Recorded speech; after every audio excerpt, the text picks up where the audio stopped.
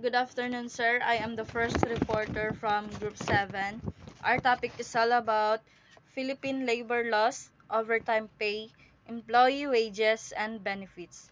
All employees required to work beyond 8 hours in one workday is entitled to overtime pay. So, tanan nga employee sa isa ka company is required nga overtime beyond 8 hours. Amo na siyang ginatawag nga overtime pay.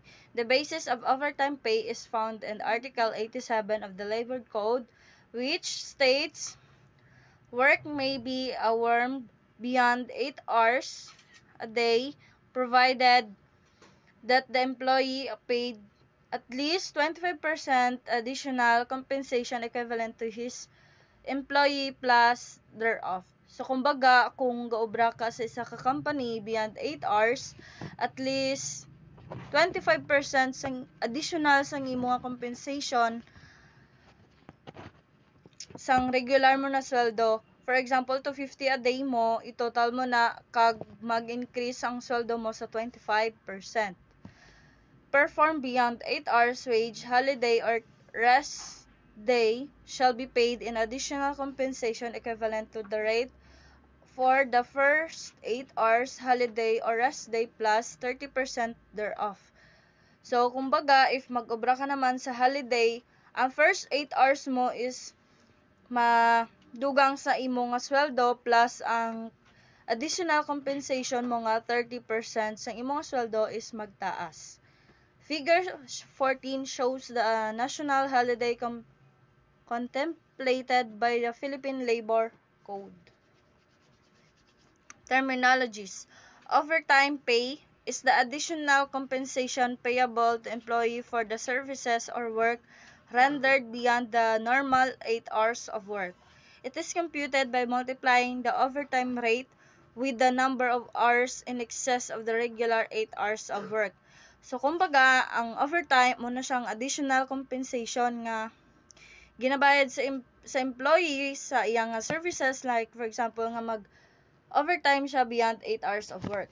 Ang iyan naman nga isang computed by multiplying the overtime rate with the normal of hours in excess of the regular 8 hours of work. Overtime work, amo na siyang like for example, ang imong normal duty sa isa ka adlaw is 6 hours, tapos if 8 hours of work in one workday is considered as overtime work. Workday. A workday is a consecutive 24 hours period which commences from the time the employee starts. So, kumbaga, ang imong workday is dapat 24 hours. Kung mag-start ka sa 8 a.m., dapat sa 8 p.m. matapos ka in the following day. Work days do not necessarily corresponds to calendar days. Overtime pay rates naman is depend upon the day the work is performed. So, nakadepende ang overtime sa imo nga adlaw nga sa pag-obra, whether ordinary working day lang, o special day, a holiday, or ang rest day. For ordinary working day is additional compensation equivalent to his regular hour rate plus at least 25% thereof. So, kung ordinary working day lang is magdugang sa imong compensation is 25%.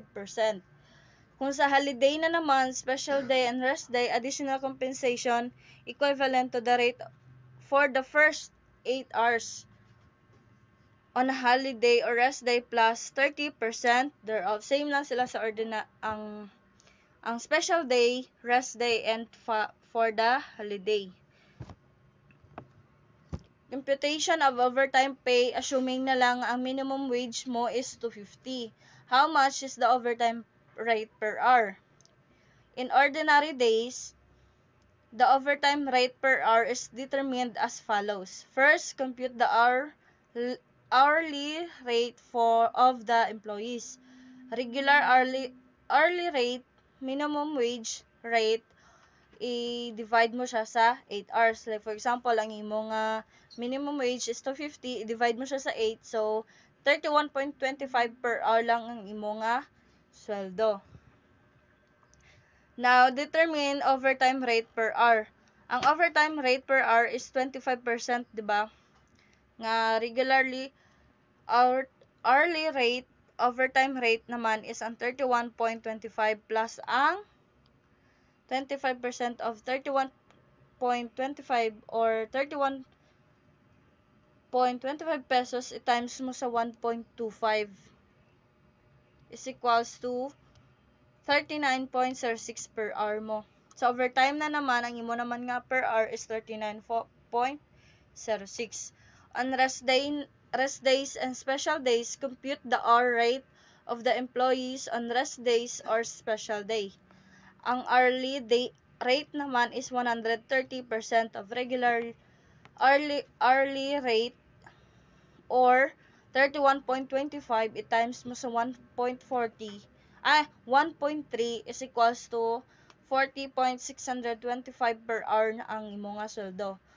The hourly rate is rest day, special day is 130% of the regular rate. To determine overtime rate per hour is overtime rate, hourly rate on rest day, 30% hourly rate on rest day equals to 40.625 plus ang 30% of 40 pesos 625 cents is equals to 40.65 i-times mo sa 1.3. Ang sa overtime rate hourly mo na is 52.81 per hour. On rest days, which fall on regular days, hourly rate mo is 260% of regular hourly rate equals sa 31.25 pesos is times mo sa 2.6 is equals to 81.25 ang imo nga oras. Tapos, ang hourly rate naman is 260% of regular hourly rate is i-times mo na ng 31 kagaina nga sa regular hourly rate mo i-times mo sa 2.6 kay 2.60% man i-times is equals to 81.25 ang imo nga oras. To determine overtime rate per hour, ang overtime rate per hourly rate naman is 30% of hourly rate. So, ang 81.25%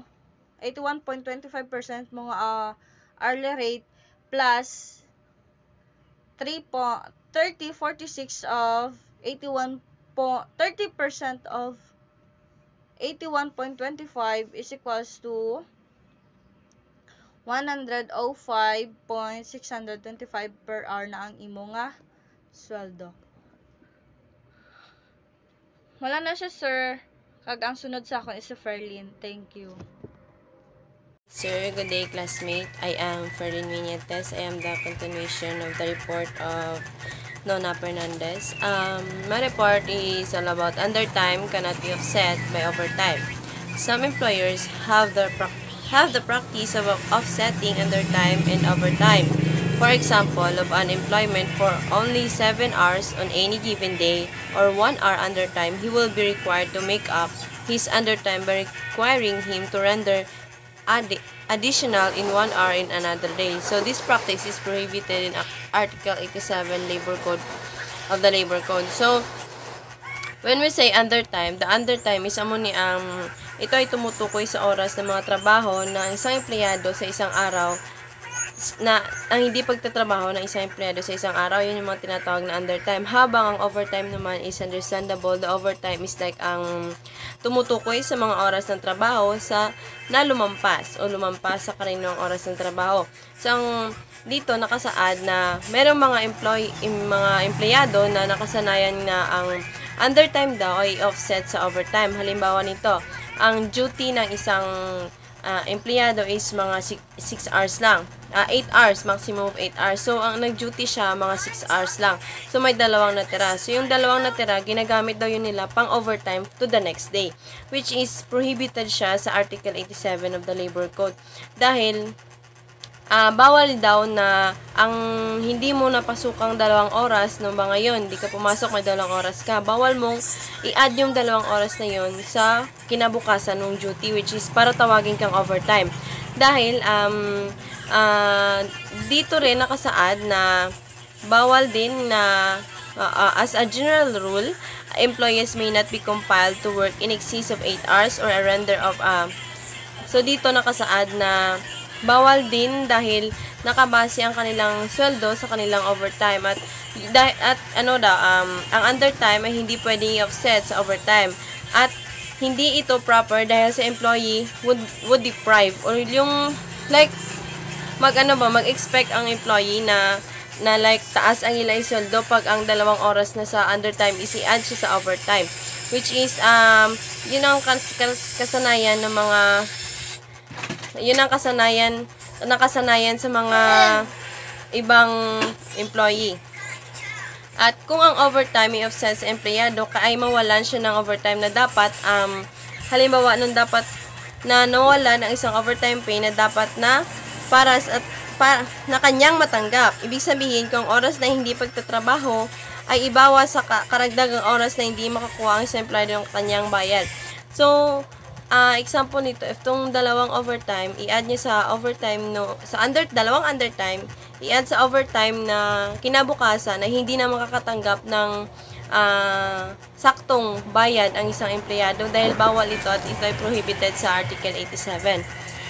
And emergency overtime work. As a general rule, employees may not be compelled to work in excess of 8 hours or to render overtime work on any given day against his or her will. So, the exception of this rule, however, is found in Article 89. Under the said article, employees may be compelled to perform overtime in any of the following cases. So, diri, emergency overtime work, ang employee daw is not required yun nga mag-overtime. But, if the company is request sa imo nga mag-overtime ka, mag-overtime ka sa work mo. Example, sila mga like following cases. Example, when the country is at war or under a national or local emergencies. So, mag-overtime ka, like, wala naman nga busy, war gid, so ikaw as empleyado, mag-overtime ka, i-request ka nga mag-overtime. And the second is when overtime work is necessary to prevent loss of life or property or in case of imminent danger to public safety. Example, sini is necessary to prevent loss of life or property is like nang nagahangyo ka nagid nga sa imong agency. And when there is urgent work to be performed on machines, etc., in order to avoid serious loss of damage to employee. Example, sinis like nang sa maintenance ka naka-assign o sa machineries. So, the company would require you to overtime to ayuson mo mga nasira, ayuson mo kasi baka maka-apekto yun sa inyong kumpanya. And when the work is necessary to prevent loss of damage to the perishable goods. And when the completion or continuation of the work is necessary to prevent serious obstruction or prejudice of the other business, and when overtime work is necessary to avail favorable weather or environmental conditions. Example, sini like sa overtime work is necessary to avail of favorable weather is like ng environmental conditions. Like nang magbagyo-bagyo o kaya ang isa company example sila sa mga weather forecast, no, like nang mag-overtime sila, magbantay sila sa mga like ng previous nga event is yung Taal na vulkan, yung Taal is lahat ng mga newscasters, weather mga specialist is like mag-overtime sila, magbantay gid sila sa mga kondisyon nga nagahitabo, which is para pod sa aton nga masaksihan ang mga musito nga bagay. And also helpful gid siya para sa aton nga as a citizen of the Philippines. So that's all, sir. Thank you po.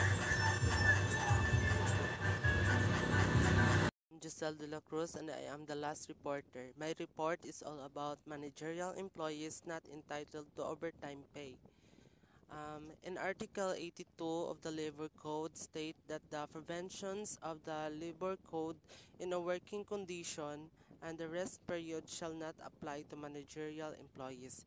This includes overtime pay for overtime work those managerial employees are not entitled to overtime pay for services rendered in excess of 8 hours a day. Supervisory employees are considered as a officer or members of the managerial staff and hence are not entitled to overtime rest day and holiday pay, not Sugar Refineries Corp. Versus NLRC GR number 10-1761 on March 24, 1993. So sa ilalim ng Article 82 ang Labor Code na nakasaad doon na ang managerial employees ay hindi sakop ng mga probisyon ng Labor Code tungkol sa mga kondisyon sa trabaho. At ang mga oras ng pahinga, isa sa epekto nito ay ang hindi pagtanggap ng overtime pay para sa mga oras na lampas sa 8 oras ng trabaho sa isang araw. Kasama rin dito ang mga supervisory employees na itinuturing na bahagi ng managerial staff dahil dito hindi sila karapat-dapat sa overtime pay, pati na rin sa bayad sa araw ng pahinga at holiday pay. Isang halimbawa ng kaso na nagpapatibay dito ay ang Nat Sugar Refinery Corp. Versus NLRC GR number 10-1761 noong March 24, 1993. Kaya kung ikaw ay isang managerial supervisory employee, hindi ka karapat-dapat na makatanggap ng extra bayad para sa mga oras ng iyong ginugol sa trabaho na lampas sa normal na oras. So ang next ay ang weekly rest period. All employees, whether operating for profit or not, including public utilities, operates by private person shall provide their employees with a weekly rest day as provided the Labor Code. So sa ilalim ng Labor Code ay kinakailangan ang lahat ng miyembro o kahit na ito ay para sa kita or hindi na bigyan ng kanyang mga empleyado ng isang lingguhang araw ng pahinga or ang rest day. Kasama na rito ang pampublikong utility na pinapatakbo ng mga pribadong tao. As a managerial role, the employer may schedule the rest day of his employees as he sees fit. The determination of a weekly rest period may be done by or through collective bargaining. The preferences of the employee as to his weekly rest day, if based on religious grounds, shall be respected by the employer. However, in case of necessity, the employer may schedule the weekly rest day of the employee's choice for only 2 days in a month, and the employer shall make known his preference to the employer in writing at least 7 days before the desired effectively on an initial rest days so preferred. So gayon pa man, kung may mga pagkakataon na pangangailangan ng employer, maaring ang employer ay mag-schedule ng pinili ng empleyado na araw ng pahinga sa loob lamang ng 2 araw sa isang buwan. Dapat ipaalam ng empleyado sa employer niya ang kanyang nais na araw ng pahinga sa pamamagitan ng pagsulat o magbigay siya ng letter sa kanyang employer para malaman din ni employer at hindi to kulangin ang 7 araw bago sa takdang petsa na nais na araw ng pahinga ng employee. Yun naman po at maraming salamat.